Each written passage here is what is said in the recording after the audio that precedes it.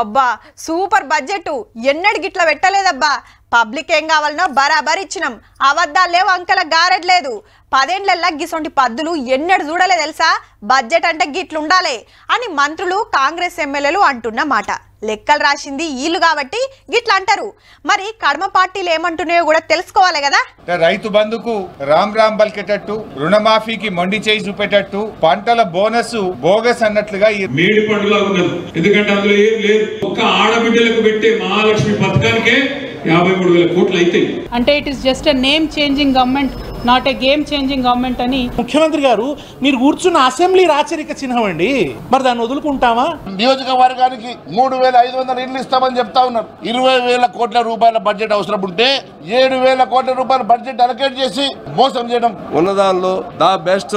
budget గా మేము భావిస్తా ఉన్నాం గత ప్రభుత్వాల బడ్జెట్ కంటే ఇది ఒక సానుకూల బడ్జెట్ మాత్రం ఈసారి 3,50,000 కోట్లతోని అంచనాలు తీసుకొచ్చి ఆర్థిక మంత్రి గారికి చూపించారు ఇది అబద్ధమని అధికారులు వారికి చెప్పిండ్రు మరి అబద్ధాలను నాతో ఎందుకు చెప్పిస్తున్నారు అని అడిగితే గత 10 సంవత్సరాల నుంచి ఇదే అలవాటు అయింది సార్ ఆ అలవాటుతో మళ్ళీ మీతో కూడా అబద్ధాలు చెప్పిద్దామని వస్తే వాళ్ళు వచ్చిండ్రు నిజమైన సంఖ్యనే నేను శాసనసభలో పెడతా అని వారు చెప్తే లెక్కంతా నికరంగా తేలింది 2,75,000 కోట్ల 891 కోట్ల రూపాయలు